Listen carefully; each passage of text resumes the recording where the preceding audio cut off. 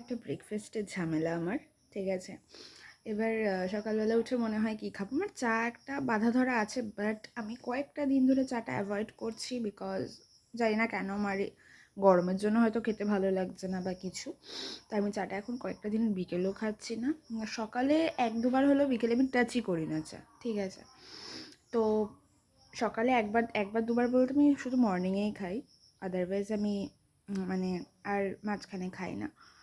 তো আমার ব্রেকফাস্টের জন্য আজকে ও এনে দিয়েছে, দেখে নাও। এখানে ও ইডলি বড়া এনেছে, ইডলিটা আমি অ্যাভয়েড করেছি, আমি ইডলি খাইনি। আমি এখানে 3টে বড়া ছিল আর একটা বড়া পড়ে আছে। এখানে আছে সাম্বারটা প্রচুর টক, আর এটা হচ্ছে ওই নারকেল চাটনি টাইপের বা যেটা আর কি বলে, প্রচুর পাতলা টাইপের বানিয়েছে এটা। তো এটা হচ্ছে আমার ব্রেকফাস্ট আজকে।